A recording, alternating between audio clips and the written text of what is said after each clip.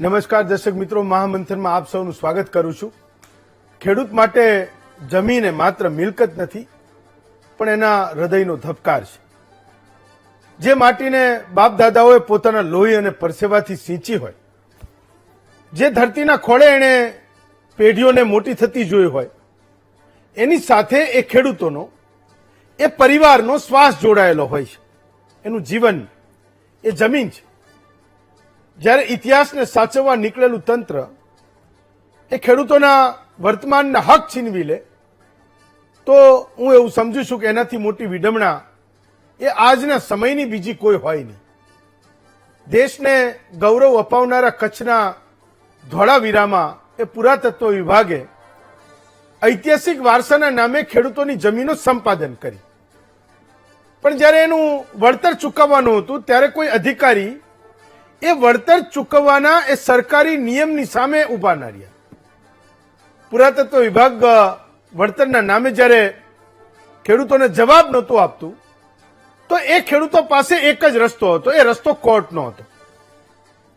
અને આજે પણ જ્યારે કોઈ ખેડૂતની જમીન એ કોઈ વિકાસના પ્રોજેક્ટ માટે સંપાદિત થતી હોય, તો એને કોઈ મુશ્કેલી છે, એનો કોઈ વાંધો છે, તો મોટે ભાગે એ જમીન પર આવેલા એ ખાનગી કંપનીના લોકો, ચાહે એ સરકારના લોકો, ચાહે એ ખાખી વર્દી પહેરીને આવેલા એ પોલીસના લોકો, આપણે જોયું છે કે મોટે ભાગે ખેડૂતોની પડખે નથી હોતા, અને એના માટે એ ખેડૂતને એકમાત્ર રસ્તો એ એની જમીન સાચવવાનો, એના યોગ્ય વળતર મેળવવાનો એ માત્ર ને માત્ર કોર્ટ હોય છે.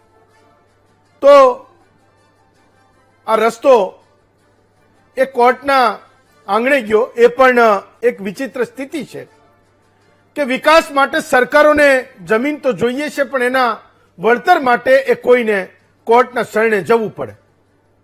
ખેડૂતોને કોર્ટે સાંભળ્યા અને હુકમ કર્યો કે પુરાતત્વ વિભાગની ઓફિસ જ તમે જપ્ત કરો અને ખાલસા કરાવો, કારણ કે આ ખેડૂતોની જમીનના વળતર માટે તમે કોઈ અત્યાર સુધી એને જવાબ એ આપ્યા નથી. મુદ્દો એ છે કે કચ્છના ધોળાવીરામાં એ 9 ખેડૂતોની 125 એકર જમીન સંપાદન થઈ હતી. 2005માં ચોરસ મીટર દીઠ 64 પૈસાનું વળતર ચૂકવવા એ સરકાર સહમત થઈ. ખેડૂતોને એવું લાગ્યું કે આ વળતર ઓછું છે, એટલે એમણે એ વખતે કોર્ટનો દરવાજો ખખડાયો. તો એક વાત એ સમજવાની જરૂર છે કે આ મુદ્દામાં જ્યારે આપણે મહામંથન કરી રહ્યા છીએ અને કોર્ટે એ સરકારી દફતરની માલ મિલકત જપ્ત કરવાનો જ્યારે આદેશ કર્યો, તો પહેલો એ જ્યારે કોર્ટે જ્યારે ખેડૂતો સહમત થયા હતા 2005માં કે અમે અમારી જમીન આપવા તૈયાર છીએ, પણ અમને યોગ્ય વળતર મળવું જોઈએ, એ 2005 અને આજનું 2026 સાલની વચ્ચે એ 21 વર્ષોનો મોટો ફાસલો છે. એવું બને કે એનો બાપ ખેતી કરતો હશે ને એ જમીનને સાચવતો હશે, તો અત્યારે એ કામ દીકરાના ભાગે આવ્યું હશે, અને કદાચ એ દીકરાના દાદા કરતા હશે, તો પિતા અને દીકરો એ બંને અત્યારે આ જમીન પર પોતાની આજીવિકાને શોધી રહ્યા હશે. કોર્ટે એ વખતે 9 રૂપિયા ને 57 પૈસા પ્રતિ ચોરસ મીટર વળતર ચૂકવવાનો આદેશ કર્યો. પુરાતત્વ વિભાગે કોર્ટના આદેશનું પાલન ન કર્યું, એટલે ખેડૂતોએ કાયદાકીય લડતને યથાવત રાખી. હવે રાજકોટ સિવિલ કોર્ટે આદેશ કર્યો કે પુરાતત્વ વિભાગની ઓફિસને જપ્ત કરો અને ખેડૂતોને જે વળતર તમે નક્કી કર્યું છે, કોર્ટે નક્કી કર્યું છે, એ વળતર તમે જપ્ત કરીને, એ મિલકત જપ્ત કરીને પણ આજે ચૂકવો. જે જમીને દુનિયાના નકશામાં ધોળાવીરાને ચમકાવ્યું, એ જ ખેતરના માલિકો પોતાના હક માટે કોર્ટના ચક્કર એ 21 વર્ષથી કાપી રહ્યા છે. જમીન સંપાદન કર્યાના વર્ષો વીતી ગયા, હાઈકોર્ટે દંડ પણ ફટકાર્યો, સિવિલ કોર્ટે હુકમો કર્યા, છતાંય એ વિભાગોના અધિકારીઓ ઊંઘતા રહ્યા. કોર્ટો આદેશ કરે એ પછી પણ જો અધિકારીઓનું પેટનું પાણી ન હલે, તો હું એવું માનું છું કે આ અધિકારીઓને એ ખેડૂતોને તો બીજું શું ગાંઠતા હશે. એટલે કોર્ટે કરેલા હુકમ એ બતાવે છે કે નાના માણસનું સાંભળનારું જ્યારે સરકારી કચેરીઓમાં ભલે કોઈ ના હોય, પણ કોર્ટો એની પડખે ઊભી છે. નાના માણસનો ટ્રસ્ટ, એનો વિશ્વાસ આજે પણ એ કોર્ટો પ્રત્યે ઊભો છે. ત્યારે મુદ્દો એ છે કે ખેડૂતોને એમના હકનું મળવામાં થયેલા વિલંબ માટે એ આખરે જવાબદાર છે કોણ? અને આ સવાલ એ માત્ર હું આ 9 ખેડૂતોના કિસ્સામાં નથી પૂછતો. આ સવાલ એવા હજારો ખેડૂતોના વતીથી હું પૂછું છું કે જેમને કોઈ વખતે એમની આજીવિકા સમાન જમીનનું સંપાદન કરતી વખતે કોઈ વાંધો પડ્યો છે, એને કોઈ વાતનો કચવાટ છે અથવા તો એને કોઈ વાતનો અવિશ્વાસ છે. એ વિશ્વાસની પૂર્તિ માટે જેટલા લોકોએ સરકારી કચેરીઓના ધક્કા ખાય છે એમને જે જવાબ મળે છે એનું આ મહામંથન છે. આજે આપણે સવાલ એ પણ પૂછવાનો છે કે વળતર આપવામાં એ આપણી સિસ્ટમ એ આખરે નબળી છે કેમ? આ વિષય પર આજનું મહામંથન છે અને આ આખી વાત છે એ છે કે ભલે ઓછા ખેડૂતો છે પણ કોર્ટે તો એ અધિકારીને 1 લાખ રૂપિયાનો દંડ પણ કર્યો હતો. એ હાઈકોર્ટે જયારે એવું કીધું કે તમે એ ખેડૂતને એનું વળતર ચૂકવવામાં ઉણા ઉતર્યા છો, તમે એને જવાબ નથી આપતા, તો જવાબદાર અધિકારીને 1 લાખ રૂપિયાનો હાઈકોર્ટે દંડ કર્યા પછી પણ એ વળતર એ ખેડૂતોને ન મળ્યું ને એમણે એ લડતને ચાલુ રાખી. એ દંડ કર્યા પછી પણ એ ખેડૂતોને જમીનના પૈસા આપવામાં કોઈ કાર્યવાહી ના થઈ. એ ખેડૂતે વળતર માટે આમ ભટકવું પડે. એ હું એવું માનું છું કે સરકારી અધિકારીઓની એ આખરે નિર્ભરતા બતાવે છે અને આ ઘટનાનો કોઈ બોધપાઠ હોવો જોઈએ અને એટલે કેટલાક સવાલો આજે આપણે મહામંથનમાં પૂછવાના છે.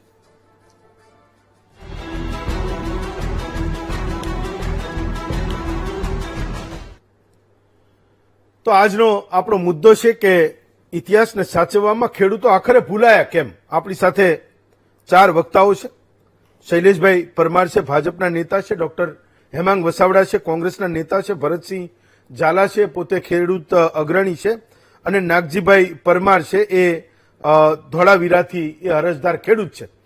તો આ મહામંથન એટલે પણ થઈ રહ્યું છે કે ઇતિહાસમાં ખૂબ એવી જૂજ ઘટનાઓ બનતી હોય છે કે જ્યારે કોર્ટોને એ સરકારી સંપત્તિને જપ્ત કરવાનો આદેશ દેવો પડે અને એ રાજકોટની કોર્ટને પણ આજે આપણે વંદન કરવા જોઈએ કે નાના માણસના ભરોસાને એને બરકરાર રાખ્યો છે. નાગજીભાઈ, પહેલા તો હું તમને અભિનંદન પાઠવું છું કે આખરે 2005 થી માંડીને 2026માં એ તમારી જીત થઈ છે ને આગળ જતા ગુજરાતના કોઈ ખેડૂતનું વળતર અટકાવવાનું થશે તો એને આ ચુકાદો, રાજકોટ કોર્ટનો ચુકાદો એ બેન્ચમાર્ક સમાન લાગશે કે જો હું નહીં કરું તો ભવિષ્યમાં સરકારી કચેરીને જપ્ત કરવાના આદેશ કરશે અને એનો જવાબદાર હું ગણાઈશ. નાગજીભાઈ, તો આ આખી ઘટનામાં તમારે આ લડત અત્યાર સુધી ચલાવવાની જરૂર કેમ પડી? મુદ્દો હું એવું સમજુ છું કે ચોરસ મીટર દીઠ 63-64 પૈસા અને એ ચોરસ મીટર દીઠ 9.5 રૂપિયા એ કોઈ ખેડૂતનું આજીવન એનું નથી ચાલી જવાનું, એની પેઢીઓ એમાંથી નથી તરી જવાની, પણ એ 9.5 રૂપિયાની એ સ્વાભિમાનની તમે જે લડત લડ્યા એ તમારે કેમ આખરે એ લડવી પડી? નાગજીભાઈ. જી, પુરાતત્વ વિભાગે ધોળાવીરામાં 1990માં પહેલી વખત ખોદકામ સ્ટાર્ટિંગ કરેલું. 2005 સુધી કામ કરેલું. 15 વર્ષથી ખોદકામ ચાલુ રહ્યું અને જયારે ખોદકામ બંધ કરવામાં આવ્યું ત્યારે આ અમારી જમીનો એમણે કલેક્ટર થ્રુ લેન્ડ એક્વાયર કરેલી, જેમાં 2004-05માં અમને તમે જેમ કીધું કે પ્રતિ સ્ક્વેર મીટરમાં લગભગ 64 પૈસા આપવામાં આવ્યા. વિચાર કરો કે 2005માં 64 પૈસા નાકી રૂપિયા, તો એ દર્શાવે છે કે અમને કેટલી અન્યાય થયેલું હશે. ને અમે એ બાબતે કોર્ટમાં ગયેલા. અમારો વિસ્તાર પાકિસ્તાનની બિલકુલ નજીક આવેલું છે, જ્યાંથી આજે પણ ભચાઉ કોર્ટ 150 કિલોમીટર થાય છે. તમે વિચાર કરો કે 150 કિલોમીટરે અમારે જવું પડે, આવવું પડે. અહીંયાથી કોઈ સુવિધાઓ એવી નથી. અત્યારે ધોળાવીરા વિશ્વ ફલક ઉપર ચમકી રહ્યું છે જયારે યુનેસ્કોએ હેરિટેજ આપ્યું છે 2021માં. તો અમને ગર્વ છે કે અમારી જમીનો ઉપર હડપ્પા નીકળ્યું, જ્યાં સભ્યતાઓ વિકસી, જ્યાં માણસે પહેલી વખત સિસ્ટમેટિક ટાઉન પ્લાનિંગ કરીને રહેવાનું શીખ્યો માણસ. એ જગ્યાઓ અમને ગર્વ છે અમારી જમીનો ઉપર, પણ ગર્વથી પેટ નથી ભરાતું સાહેબ. જે ખેડૂતોની આજીવિકાનું સાધન હતું, જે અમે બોર્ડર ઉપર રહેવાનું એક પ્રમાણે કહી શકીએ કે એક સ્થાન કે એક જગ્યામાં અમે રહી રહ્યા હતા, એ અમારી ઉપર છીનવી લેવાતા. અમને આશા હતી કે યોગ્ય વળતર મળશે અથવા તો જમીનો મળશે, પણ એ મળ્યું નહીં. તો આખર અમારે કોર્ટના દરવાજા ખખડાવવા પડ્યા અને નામદાર કોર્ટે 2023માં નું ડિસિઝન આપેલું કે ખેડૂતો સાથે અન્યાય થયેલું છે અને ખેડૂતોને યોગ્ય વળતર આપવામાં આવે, જેના માટે એમણે લગભગ ₹9.5 પ્રતિ સ્ક્વેર મીટર આપેલું છે. તમે વિચાર કરો કે 2005 થી અત્યારે 2026 ચાલી રહ્યું છે, ના તો અમારી પાસે એ જમીનોના રૂપિયા છે, ના તો અમને આટલા વર્ષોમાં ક્યાંય ખેતી કરવામાં આવવામાં નથી આવતું. તો એક ખેડૂત શું કરે? 22 વર્ષથી અમે ના તો ખેતી કરી રહી શક્યા, અમે નિર્ભર છીએ બીજા ખેડૂતો ઉપર. ત્યાં અમે ખેતી કરી, અમારા બાપ દાદાઓની જમીનો હતી આ, જ્યાં અમે ખેતી કરીને જીવન ગુજારતા હતા, પણ એ અમારી સાથે અન્યાય થતા કોર્ટે ડિસિઝન આપ્યું. પણ વિચાર કરો કે અધિકારીઓના કેટલા પાણી હાલતા નથી, જેમ તમે કીધું એવી રીતનું એમણે એ સ્વીકાર્યોની 2 વર્ષ કાઢી નાખ્યા એમણે, અને અંતે એમણે હાઈકોર્ટમાં દરખાસ્ત દાખલ કરી કે આ પણ રૂપિયા વધારે છે, અને એના માટે હાઈકોર્ટે બરખાસ્ત કરતા તત્કાલીન જે અધિકારી છે એમને ₹1,00,000 દંડ ભરવામાં ચૂકવવામાં કહેલું, અને એ એમણે ભરેલું છે. અત્યારે ફાઇનાન્સ મિનિસ્ટર દ્વારા એમને અપ્રુવલ મળ્યું છે કે લગભગ 19 માર્ચ સુધી આ રૂપિયા ભરી નાખવામાં આવશે, કેમ કે અમારી 20 માર્ચ અમારી આગલી તારીખ છે, એટલે એના પહેલા એ ભરવામાં આવશે. આજે અમારા ખેડૂતો, વકીલો અને બધાએ રાજકોટ પુરાતત્વ વિભાગની મારી ટીમને દ્રશ્યો પણ ચલાવે. હું મારી ટીમને કહું છું એ દ્રશ્યો પણ ચલાવે, જયારે બેલીફની સાથે તમે એ કમ્પ્યુટર અને એસી ના પંખા એ જપ્ત કરવા પહોંચ્યા હતા. ફાઇન. ભરતસિંહ, એક મુદ્દો એ છે કે 2023માં ₹9.57 પ્રતિ ચોરસ મીટર જમીનના એ ભાવ નક્કી થયા પછી પણ અધિકારીઓ એ કોર્ટમાં એવું સબમિશન કરે છે કે આ તો વધારે પૈસા છે, આટલી બધી આ જમીનનો ભાવ ન હોય. તો મને એવું લાગે છે કે તમે ખેડૂત છો, પુરાતત્વ વિભાગના અધિકારીઓને તમે એવું કહો કે ₹9 નહીં, મને ₹90 ચોરસ મીટર મળે તોય ચાલશે, મારે લેવી છે જમીનો. ભરતસિંહ, નૈતિક મૂલ્યો સાથે લડી રહ્યું છે અને હું રાજ્ય ચલાવશે. સાથે સાથે ધોળાવીરાનો હું તમને ઇતિહાસ કહું. ધોળાવીરા વાળાને 2001માં ભૂકંપ આવ્યો. 2002માં સોશિયલ મીડિયા ઇન્ફોર્મેશન સેન્ટર દ્વારા ધોળાવીરાના સરપંચે 111 લોકોને મકાન સાહેબમાંથી બધું G4 મુજબ ધોળાવીરાનો ઇતિહાસ છે. તમને નરેન્દ્રભાઈ મોદીને પત્ર લખ્યો કે ગુજરાત સરકાર અને ભારત સરકાર સાર ન આપતું હોય તો પાકિસ્તાનના વડાપ્રધાને અમે પત્ર લખ્યું, અને એના વખતના સમયની અંદર બધા ખેડૂતોએ અને સોશિયલ મીડિયાની ઇન્ફોર્મેશન ટીમ અને ડિસ્ટ્રિક્ટ કોર્ટના ભટ્ટ સાહેબે એને હુકમ કર્યો કે પછી ધોળાવીરાના ખેડૂતોને ₹1000 મકાન સાહેબ મળ્યું. આજે જે કાશ્મીર ધરતીનું મને ગૌરવ છે કે એમના હક અને અધિકાર માટે લડ્યા. આપણે એક બાજુ ચાલ્યું છે ખેડૂતોને બજાર ભાવનું 6 ગણું વળતર, એના બદલે માત્ર મંત્રીના પ્રમાણે એ પણ તો સરકાર વળતર ન આપતું તો તમે ધક્કા ખાતા, લાભો ખાતા, કોઈ થતા નહીં કામ. તો આ વ્યવસ્થા સામે ખેડૂતો માથું ક્યાં ભટકે? હવે તમને બીજી વાત કરું. આજની તારીખમાં કચ્છમાંથી જે મોટા મોટા થાંભલાના વીજપોલ આવે છે ને અમે રોજે રોજ તાલુકા મથકે મામલતદારને રજૂઆત કરી રહ્યા છીએ. દ્વારકા તાલુકામાં, મૂળી તાલુકામાં પોલીસ બંદોબસ્ત સાથે એક પણ પૈસો આપ્યા વગર બળજબરીપૂર્વક વીજપોલ નાખ્યા. સક્ષમ ખેડૂતો છે હાઈકોર્ટમાં ગયા, હાઈકોર્ટના પક્ષે ચુકાદો આવશે. આપણે ખ્યાલ છે પ્રધાનમંત્રી ફસલ યોજના પર ગુજરાતના 40 ખેડૂતોને હાઈકોર્ટે 3 વખત ઓર્ડર કર્યા, સુધી પૈસો મળ્યો નથી. અત્યારે વીજપોલની વાત કરો, બુલેટ ટ્રેનની વાત કરો, ધોળેરા સર્વની તમે વાત કરો, અને આ વાત આ નદી આજે ધોળાવીરા વાળાને જો ભૂપેન્દ્રભાઈ પટેલને આપણે વિનંતી કરવી કે એક ખેતનો કાયદો આવે અને જમીન અધિગ્રહણ 2013 જે બજાર કિંમતનું 6 ગણું વળતર આપવાનું હોય એ વાત આપવાની છે. તમે વિચાર કરો, એક બાજુ આપણે સરકારનું જે ટોટલ બજેટ છે એ બજેટના લાખો કરોડ રૂપિયા, 20 લાખ કરોડ રૂપિયા જેવું બજેટ વીજ કંપનીઓને, પ્રાઇવેટ કંપનીઓ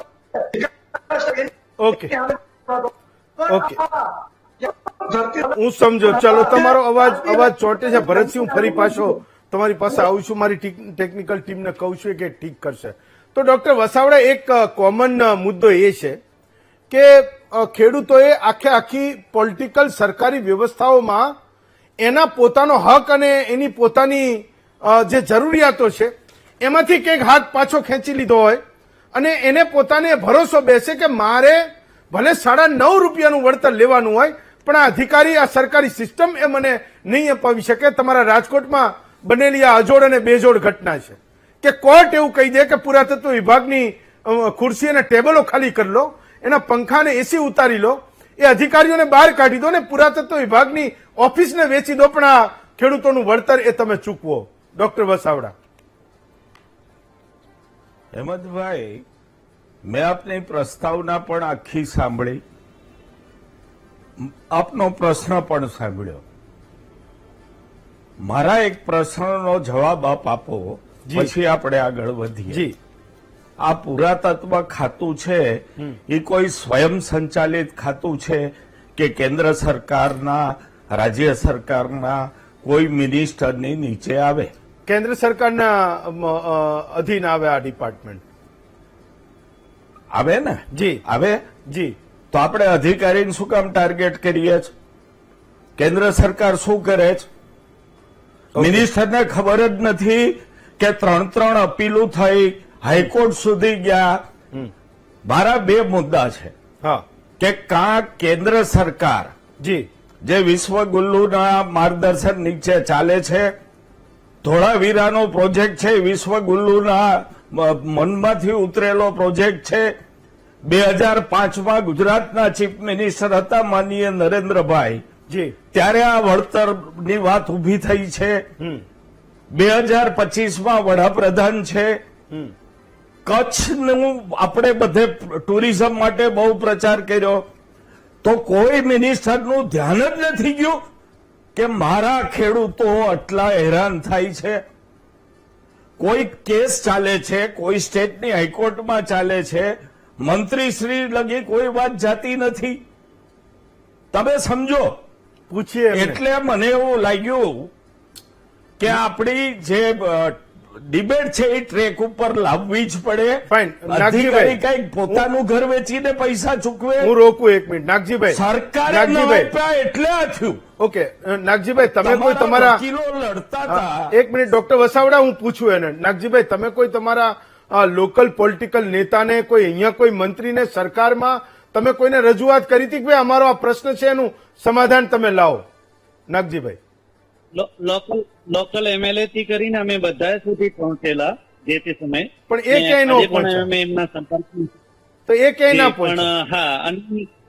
હા, અને તમે વિચાર કરો કે કોર્ટનો આદેશ હોવા છતાં પણ જો અધિકારીઓ પાલન ના કરતા હોય હા. તો આપણે ક્યાં સુધી આપણે ઓકે, હવે ડોક્ટર કોની સાથે વસાવડા કરીએ? કન્ટિન્યુ. હા, કેરી ઓન ડોક્ટર વસાવડા. હેમંતભાઈ, મારી વાત એ છે હા.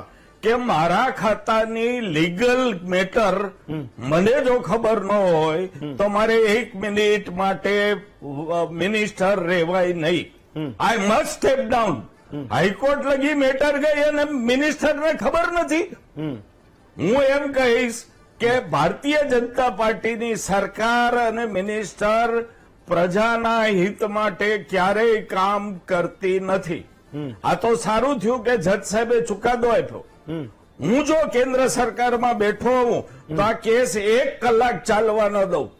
અધિકારીને બોલાવું, ખેડૂતોને બોલાવું, માફી માંગુ અને પૈસા ચૂકવીને પાછા મોકલું. હું નેગેટિવ વાત નહીં, પોઝિટિવ વાત. If I am in ministry I do this. એને બદલે લડે, વકીલોની ફી ચૂકવે, 20 વર્ષ ધક્કા ખાય અને તોય આપણે અધિકારીઓ ઉપર એઠવાડ ધોળ્યા કરીએ અને ચર્ચામાં ક્યાંય સરકાર અને મિનિસ્ટ્રી ન આવે. આપણે કઈ રીતે ચર્ચા કરીએ છીએ એ જ મને સમજાડવું નહીં. મારે શૈલેષભાઈને પૂછવું છે કે કોણ છે તમારા પુરાતત્વ વિભાગના મિનિસ્ટર? મને નામ આપો. ગજેન્દ્ર શેખાવતના મિનિસ્ટ્રીમાં તો 2 જ માણસની બધા ગજેન્દ્ર શેખાવતના અંડરમાં બાકી આવે. કોની પાસે કયા ખાતા છે એ દેશમાં ખબર નથી. હા. તો એ મિનિસ્ટરને તમે કેમ શૈલેષભાઈ કહેતા નથી કે મારા ખેડૂત હેરાન થાય, સાહેબ હક થાય છે? અધિકારી એનું ઘર વેચીને ખેડૂતને પૈસા ચૂકવે? સરકારે મંજૂર કરવાના હતા, સરકાર નથી કરતી, અને આપણે અધિકારી કોને બચાવીએ છે? ગજેન્દ્ર શેખાવત કદાચ આવી જાય આ રસ્તામાં, હું શૈલેષભાઈને કહું છું કે એ પણ કરી લે, પણ ગજેન્દ્ર શેખાવત એક છે અને એએસઆઈ ની ઓફિસ આખા ભારતમાં ઘણી બધી હશે, તો જેને જવાબદારી નિભાવવાની છે નિભાવે.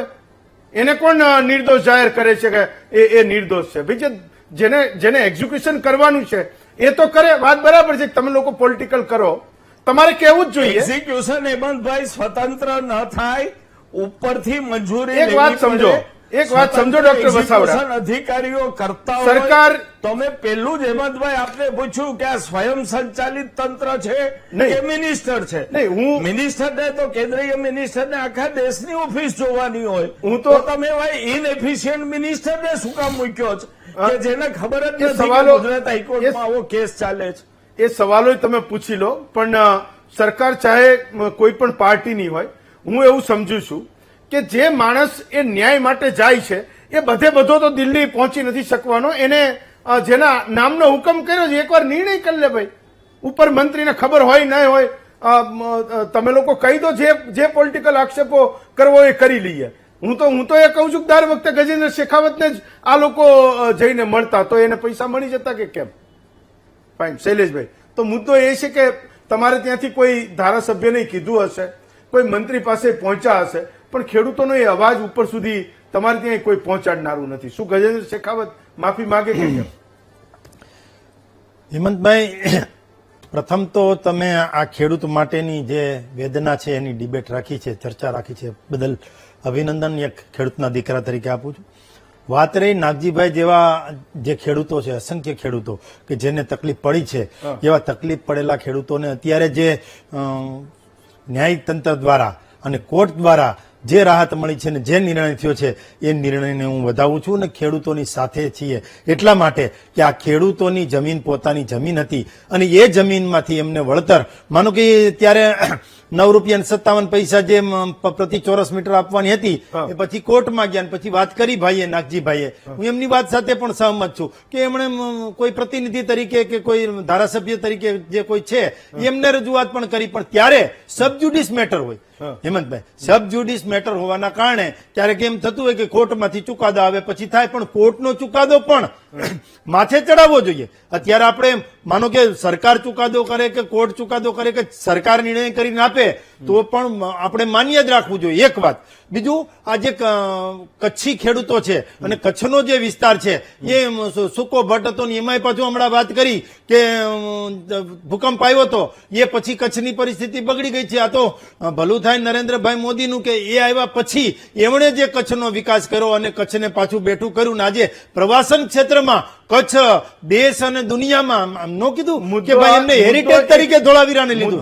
ખેડૂતનો એક ખેડૂતે, મારી એક વાત સાંભળો, ખાલી એક વાત સાંભળો, મુદ્દો એટલો જ છે કે એ ખેડૂતોને પેલા 64 પૈસા વળતર આપવાનું નક્કી કર્યું, કોર્ટે હુકમ કર્યો કે ભાઈ આ 64 રૂપિયા એમને 64 પૈસા મંજૂર નથી, એને તમે કંઈક નવું કંઈક શોધીને આપો જે એને પરવડે એવું હોય કે જેની આજીવિકાનો પ્રશ્ન છે.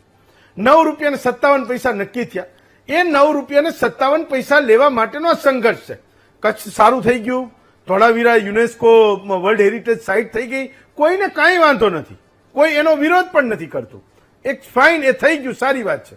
મુદ્દો માત્ર એટલો છે કે એ ખેડૂતનો ટ્રસ્ટ બરકરાર રહેવો જોઈએ કે પોલિટિકલ સિસ્ટમમાં નેતાઓ મંત્રીઓ પાસે જાય તો એનું કોઈ સાંભળવું જોઈએ. નથી સાંભળતા એ અધિકારીઓ, તો એને એ કહી શકવાની ક્ષમતામાં હોવો જોઈએ. સબજ્યુડાઇઝ મેટર ક્યારે હોય કે જ્યારે એ સરકારો અને ખેડૂત વચ્ચે લડવાના મંડાણ થાય ત્યારે સબજ્યુડાઇઝ મેટર હોય ને. 9.57 ચૂકવી દીધા હોત તો કઈ સબજ્યુડાઇઝ મેટર હોત? કોઈક જગ્યાએથી ક્યાંકથી આદેશ થયો હોત કે ભાઈ આજે સાંજ સુધીમાં તું આ તારી ઓફિસ છોડું એ પહેલા તું આનો હુકમ કરીને જાજે ને એના ખાતામાં પૈસા આવી જવા જોઈએ, તો ક્યાં સબજ્યુડાઇઝ મેટર થાય? સેશન્સમાંથી લડતા હાઈકોર્ટ સુધી મેટર ગઈ અને હજુ પણ હું માનું છું કે જો એના ખાતામાં પૈસા નહીં આવે તો એક નાનકડો એવો ખેડૂત એને એ સ્વાભિમાનની લડત લડવા માટે સુપ્રીમ કોર્ટમાં જવું પડશે. મુદ્દો માત્ર આટલો જ છે, પ્રિસાઇઝલી. મને આપણી સરકાર ઉપર સંપૂર્ણ ભરોસો છે. જે ₹9.57 જે ખેડૂતોને પ્રતિ ચોરસ મીટર ચૂકવવાનો આદેશ થયો છે એ સરકાર માન્ય જ રાખશે. એટલા માટે આ સરકાર તો ખેડૂતોની સરકાર છે અને એ સરકાર ઉપર મને પણ ભરોસો છે કે ખેડૂતો માટે આ જે નિર્ણય થયો છે, એક હું ધોળાવીરાની વાત નથી કરતો, સમગ્ર ગુજરાતમાં કે દેશમાં ક્યાંય પણ ખેડૂતો માટે સારા નિર્ણયો થાય અથવા તો કોર્ટ દ્વારા પણ સારા હુકમો થાય અથવા તો નિર્ણયો થાય, એમાં પણ અમે સાથે રહીએ છીએ. પણ હેમાંગભાઈ, મારે જે હેમાંગભાઈ કોંગ્રેસના જે છે વક્તા, એમને કેવું છે કે તમે જે કચ્છી ખેડૂતોની ચિંતા કરો છો, કરવી જોઈએ, અમે પણ કરીએ છીએ, પણ તમને અધિકાર નથી. એટલા માટે કે આ કચ્છી ખેડૂતો એ જ કચ્છી ખેડૂતો છે જે વળતર માટે જે જંત્રીનું જે એના પ્રોજેક્ટમાં ગયેલી જમીન માટે ગાંધીનગરની ગાદી આવ્યા હતા અને બાર કચ્છી ખેડૂતોને તમે ગોળીએ દીધા હતા, ત્યારે તમારી આ આત્મશ્લાઘા અને આત્મમાંથી અવાજ આવતો હતો, એ ક્યાં ગયો હતો? ત્યારે તમારી સરકારને બધું શું કરતું હતું? મારે એમાં નથી પડવું, પણ આ તો એ જ સરકાર છે જે ખેડૂતોના ખાતામાં દર વર્ષે ₹6,000 કિસાન સન્માન નિધિના મારફતે નાખે છે. આ એ જ સરકાર છે જે $2.5 લાખ કરોડની સબસિડી ખાતરમાં આપે છે. આ એ જ સરકાર છે જે એમએસપી રિવાઇઝ કરે છે અને એમએસપી થી ખરીદી કરે છે. આ બધું જ કામ ખેડૂતો માટે કરે છે. એમ છતાં પણ આવા નિર્ણયો થાય, માનો કે ક્યાંય ડેમ બનવાનો હોય તો એના માટેની વળતર આપવાની વાત હોય, ભારતમાલા પ્રોજેક્ટની વાત ભૂતકાળમાં થઈ હતી ત્યારે પણ ખેડૂતોને વળતર આપવાની વાત હતી, એમાં પણ સરકારે ચૂકવું છે. જે અતિવૃષ્ટિ અને અનાવૃષ્ટિ થાય છે એમાં પણ ચૂકવું છે. અને આમાં પણ જે ધોળાવીરાના ખેડૂતો જે છે એમનો જે નિર્ણય ન્યાયતંત્રએ કર્યો છે, ન્યાયતંત્રથી મોટું કોઈ હોય જ ન શકે. અને ન્યાયતંત્ર તો હુકમ નહીં, માત્ર ટકોર કરે તો પણ રાજ્ય અને કેન્દ્રની સરકાર માનતી હોય, કોઈ પણ હોય. એટલે આ સરકાર તો ખેડૂતો માટેની છે. એટલે તો 17મા દિવસે નર્મદાના ડેમના દરવાજા ઊંચા લીધા ને કચ્છને કાઠિયાવાડના કાંધી સુધી પાણી આવ્યું છે. ઓકે, નાગજીભાઈ, તો મુદ્દો એ છે કે આજની તારીખે એ જમીન ઉપર ખેતી થાય છે કે કેમ? નહીં, એની આજુબાજુની, એટલે મૂળ તો ખેડવા લાયક જ જમીન હતી ને. તો આ ₹9.57 તો હું હજી નથી સમજી શકતો કે ચોરસ મીટર દીઠ ₹9.57 એટલે શું? એમ એવું કેવી રીતે એને એ મંડાણ કર્યા હશે? ભાઈ લો, આ ₹9.57 ચોરસ મીટર તમારી જમીનના પૈસા આપશું 64 પૈસાના બદલે. મારે સમજવું છે. એ પણ ખબર નહીં કે એ લોકોએ કેવી રીતનું ડિસિઝન લીધું છે, ડિસાઇડ કર્યું છે. મારા ખ્યાલથી કદાચ ધોળાવીરા, આમ તો હવે અલગ વસ્તુ છે કે 2021 પછી જયારે હેરિટેજ થયું છે એના પહેલા જંત્રીના ભાવ પ્રમાણે કદાચ નામદાર કોર્ટે એ ડિસિઝન લીધું હશે. પણ વિચાર કરો કે અત્યારે મારે અહીંયા પ્રતિ એકડ લગભગ 50 થી 65 લાખ થી 75 લાખ રૂપિયા પ્રતિ એકડ વેચાય છે. ત્યારે 2005માં એમણે ₹3600 પર એકડના માની લો ₹3646 જેવા થાય મારા ખ્યાલ પ્રમાણે એમને આપેલા. અને એક ખેડૂતને 22 વર્ષ 20 થી 21 વર્ષ સુધી જો ત્યાં ખેતી ન થાય, એને એનું વળતર ના મળે, તો સાહેબ અમે કયા સરકાર, અમે એ ભાજપ કોંગ્રેસને નથી કહે, અમે એ અધિકારીઓને ટોકવા માંગીએ છીએ જે 2023માં ન્યાયાધીશે ચુકાદો આપવા છતાં પણ 2026 ચાલી રહ્યું છે. તો આટલા વર્ષ એમણે શું કર્યું? એમણે એ શું આગળ વાત પહોંચાડી, એમને મિનિસ્ટ્રી સુધી વાત પહોંચાડી કે આયાથી જોવો ને જે અહીંયાનો અધિકારી છે, પછી એનાથી આગળ દિલ્હીથી પછી એમના અધિકારીઓ, તો ત્યારે એમને કોર્ટને ડિસિઝન આપવું પડે છે કે ભાઈ તમારી સંપત્તિ જપ્ત કરવામાં આવશે. અને પહેલી વખત આ ઇતિહાસમાં શું છે કે ભારતના પુરાતત્વ વિભાગની સંપત્તિને જપ્ત કરવાનો આદેશ કોર્ટે આપેલો હોય. વિચાર કરો, તો અધિકારીઓનો મેન અહીંયાથી આવે છે કે અધિકારીઓ આ વાત આગળ પહોંચાડે છે. પછી તો આગળ સરકારો બદલતી હોય છે, સરકાર હોય છે, બરાબર, પણ એ નહીં, પણ મેન અધિકારીની છે વાત. ને તમે જેમ કીધું એ જ કે અત્યારે પણ ₹9.5 પ્રતિ સ્ક્વેર મીટર કયા ભાવથી આપવામાં આવે છે કંપની અમને, પણ અમને આશા છે કે આ સરકાર અને આ આપણું ન્યાયતંત્ર અમને ન્યાય અપાવશે. ભરતસિંહ, મુદ્દો એ છે કે આજની તારીખે આ જંત્રીના આધારે એ પૈસા નક્કી કરે છે. હું માનું છું કે હજારો કેસ એ આપણા કોર્ટના દ્વારે પહોંચે છે, પણ નિકાલ થાય ત્યારે એની બીજી ને ત્રીજી પેઢી એ હજુ પણ લડતી હોય. મને લાગે છે કે આનો કોઈક રસ્તો એ કોઈના કોઈ રીતે નીકળવો જોઈએ કે ખેડૂતને એની પોતાની આજીવિકા સમાન એ જમીન માટે કોઈ કોર્ટના પગથિયે એને ના જવું પડે. બહુ મોટી વાત છે. મારે મારા મિત્ર અમિતભાઈને કહેવું છે કે ચલો ભાઈ આ 9 રૂપિયાનો રૂમાલ જ ન આવે. હા 9 રૂપિયાનો રૂમાલ નથી આવતો. હા અને આ ખેડૂતોની ધોળાવીરાની જમીન હા 9 રૂપિયા સ્ક્વેર ફીટ આપણે લઈ લીધી. દુઃખની વાત છે, દુઃખની વાત. હા અમારા જમાનામાં જયારે સનાતન ધર્મ આગળ ફૂલો ફાયલો હતો ત્યારે અમારા વડવા કહેતા હતા કે મારા 5 દીકરા છે કે જે કરતો ન કરે એકાદાને ઓછો કરી નાખી. હમ ખેડૂતોના ખેતરના ક્ષેત્રે જે પાડ્યા થયા ને એનું કારણ જમીન ઝૂંપડા થયા. હમ સોમનાથ બંધ લીધું એમાં જે પાડ્યા બીજી પંગા પાડ્યા હા. થયા થતી પાડ્યા છે. ઓકે સર, દુઃખ અને માસૂસ ચાલો હું ભરતસિંહ તમારે તો ખરા. તમારો અવાજ ફરી પાછો કપાય છે. ફાઇન. ડોક્ટર વસાવડા, તો એક તો એ લડત તમારે પણ ચલાવવી જોઈએ. બેઠા બેઠા આપણે કહી દઈએ, કોઈ મિનિસ્ટરને પણ જવાબદાર ઠેરવી દઈએ, પણ તમે લોકોએ ક્યાંક આવો પટમાં આવડો મોટો રાજકોટમાં કેસ બની ગયો, તમારે ત્યાંથી તો કોઈને ખબર નથી ને આ નાગજીભાઈની બાજુમાં બિચારા કોઈ આવ્યા હોય ભાજપ વાળા કે કોંગ્રેસ વાળા. હું બેહાડું ત્યારે બરાબર છે, તમારે એ કહી દેવાય ભાજપ વાળા આમ હતા ને એ મંત્રી આમ હતો, બરાબર છે. શૈલેષભાઈ તમે પણ એમાં તમે બે આવી ગયા, હેમાંગભાઈ તમે બે આવી ગયા. નહીં, બહુ સરસ આપે વાત મૂકી, ખૂબ સરસ. વધુ એના ઉપર મારે કોઈ કોમેન્ટ નથી કરવી, હા પણ હું એટલું જ કહું છું કે દરેક પ્રશ્ન જે થાય હા. એ વિપક્ષ હાથમાં લે, વિપક્ષ અવાજ કરે, મીડિયા એને ચગાવે, બતાવે, લોકો સમક્ષ વાત જાય, પછી જ ઉકેલ થવો જોઈએ. આપ સમજો, આ ચોક્કસ દીવા જેવો અન્યાય છે ખેડૂતોને, દીવા જેવો. મેં જેમ કીધું એમ કે સરકાર એટલી સેન્સિટિવ હોવી જોઈએ કે આવા નાના માણસોએ વકીલોના પૈસા ચૂકવવા, કોર્ટના ધક્કા ખાવા, ફાઇન. અને તમે એમ કહો કે પુરાવા આપો, તમે વિપક્ષ રજૂઆત કરે, પુરાવાઓ. અરે સરકાર શેને માટે છે? શૈલેષભાઈ કહેતા હતા કે સબ જ્યુડિસ. જ્યારે તંત્ર, સરકાર, મિનિસ્ટ્રી, ચૂંટાયેલા પ્રતિનિધિઓ નિષ્ફળ જાય છે ત્યારે જ ખેડૂતોને કે લોકોને કોર્ટનો આશરો લેવો પડે છે. શું ડોક્ટર વસાવડા તમે દલીલો લઈને આવો છો? ઉદ્ભવતે અરે શું દલીલો લઈને આવો આ છો? સમાધાન કોઈ પહેલેથી જ કોઈ ખેડૂતો સારી, મને એવું હતું કે તમે આજે કોઈ બે સારી દલીલ લઈને આવશો કે રાજકોટમાં આ લોકોએ પહેલી વાર જિંદગીમાં, મેં તો મારા જર્નલિઝમમાં પહેલી વાર આવી ઘટના જોઈ કે એ સરકારી ઓફિસને ખાલી કરાવવી પડે ને તમે મંત્રીની આજુબાજુમાંથી બહાર નથી આવતા.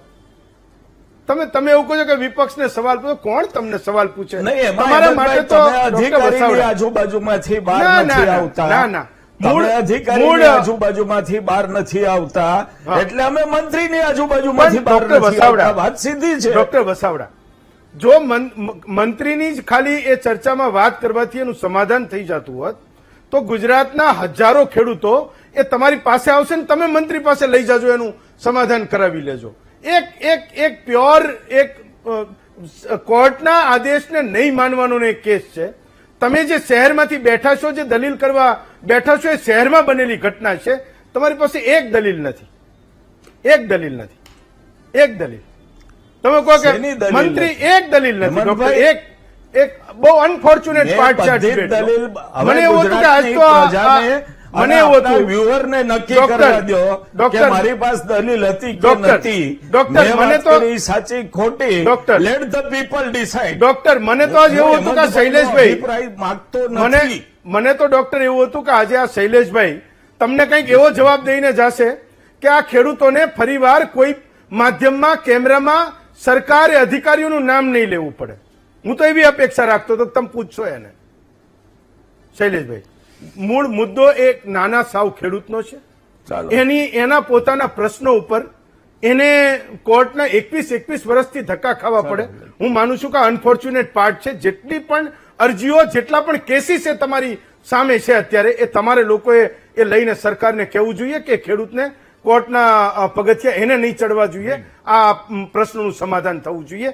આ તો એક નાનકડો એવો કેસ છે, કચ્છના ખૂબ નાના એવા ખેડૂતનો કેસ છે. પણ આનો બોધપાઠ હોવો જોઈએ. હેમંતભાઈ, હું તમારી વાત સાથે સંપૂર્ણ સહમત છું. જી. કેસ ભલે એક ખેતરનો હોય કે એક સર્વે નંબરનો હોય, પણ એ ખેડૂતો માટેનો છે. એટલે ખેડૂતો માટેના કેસોમાં સરકાર પણ ખૂબ ગંભીરતાથી એમાં રસ લે છે અને ખેડૂતોને ન્યાય મળે એ દિશામાં ચાલે છે.